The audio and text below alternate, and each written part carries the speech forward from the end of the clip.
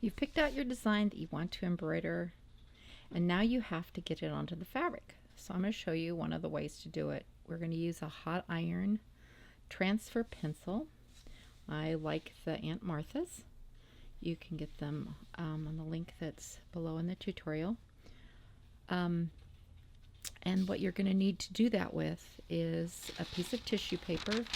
It's actually tracing paper that you will trace it onto.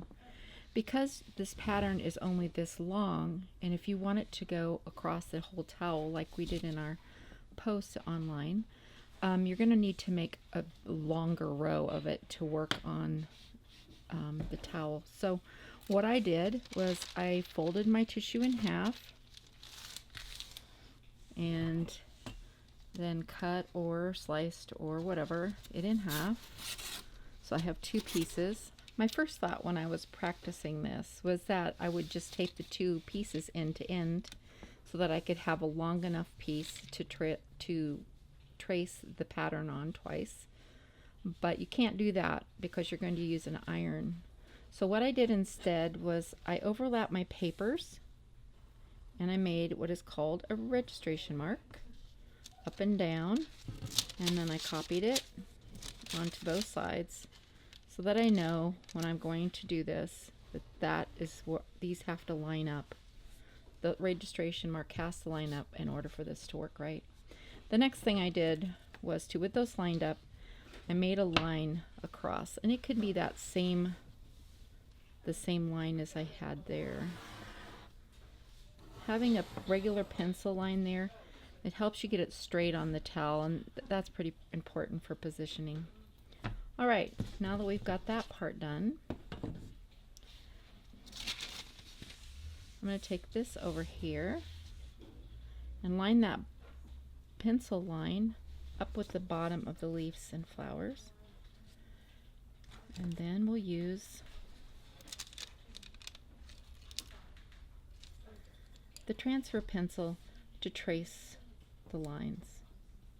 For our purposes, the embroidery we're going to be doing on this, you don't need the whole line for these little leaves because this is a lazy daisy. You just need to know where the beginning is and then the stem. Just go around all the lines, trace them on. The printout that comes with the pattern also has the rules to what these lines are for. These are just guidelines, but these are actual stitch lines as indicated by the different colors in the other piece of the pattern. So you go ahead and trace those all in. So here's one I've already finished. I'll line it up here, and then I'm going to match my registration mark. The thing that's important about this is with that registration mark, then you can pick this up and move it over here to see where exactly do I want that to fit. Otherwise you have to kind of guess, but this way you know that that will be next, and you can just line it up really easy like that.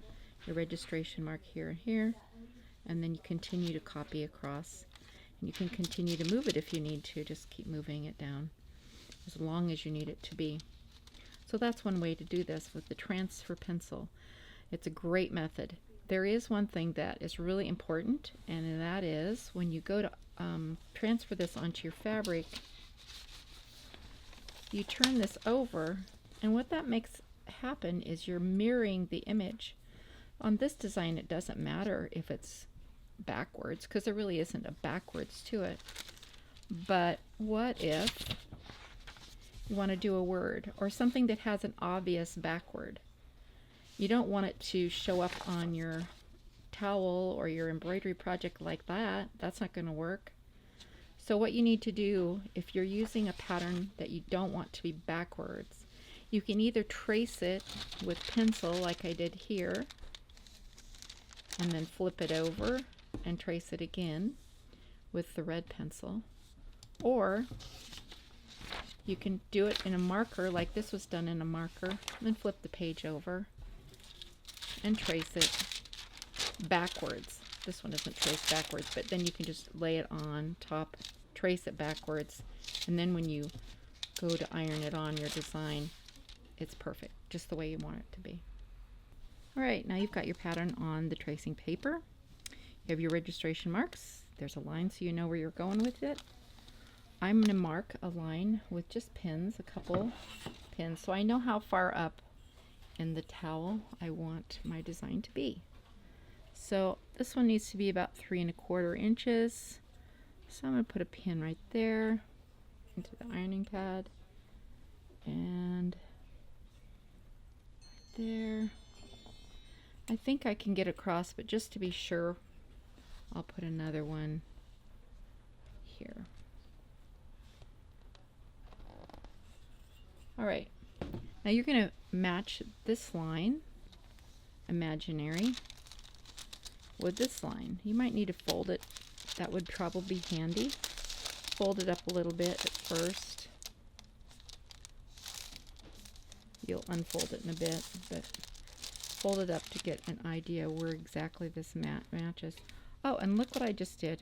This is clever. You don't want to iron it with your pencil side up. You need to turn it over. That's really important. Otherwise, you're going to transfer onto your iron bed, and that's not great. So just flip it over. Make sure you've got your right side up. Then I'll fold it. I suppose you could cut it. That would be another way to handle that. And do the other side as well.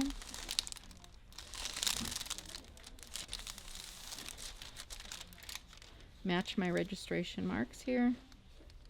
And then I can position. I can move it back and forth to see exactly where I want it to go on the tea towel. And it looks like I didn't trace enough of the pattern. I can add more because this is a little wider than I thought. Well, that's fun.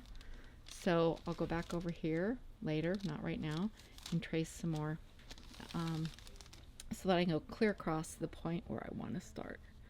Let's go ahead and transfer the design that's on this side. I'm going to make sure that this doesn't wiggle around on me by sticking a pin in the pad at the top or the ironing board, either way. And the top there. Then I can move these safely. And there's my pattern, exactly where I want it, the right spacing from the edge. And now you're going to take your hot iron and just lay it on there. It turns kind of purple. It's interesting. And you can double check and make sure that's going. On this side it looks pretty good. Over there it's a little light. So I'm going to just touch over here just a little bit more. That's good enough. And there's your pattern, so you can begin embroidering.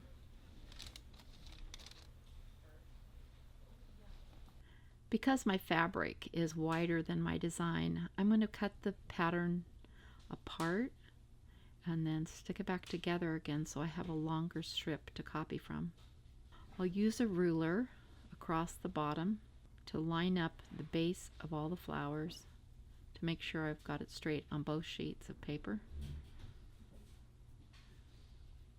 I'll space it so that where the two join is far enough apart so it matches the rest of it.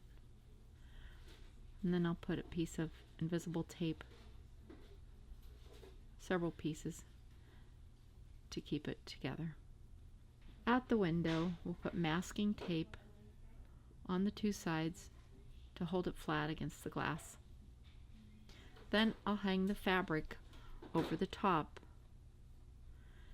I pre-taped it so it would be easier to stick on quickly. And I made a line with a water removable marker along the bottom with a ruler so I'd know how to line up my design with the fabric. Then use a water erase marker to trace around the lines of the design on your fabric.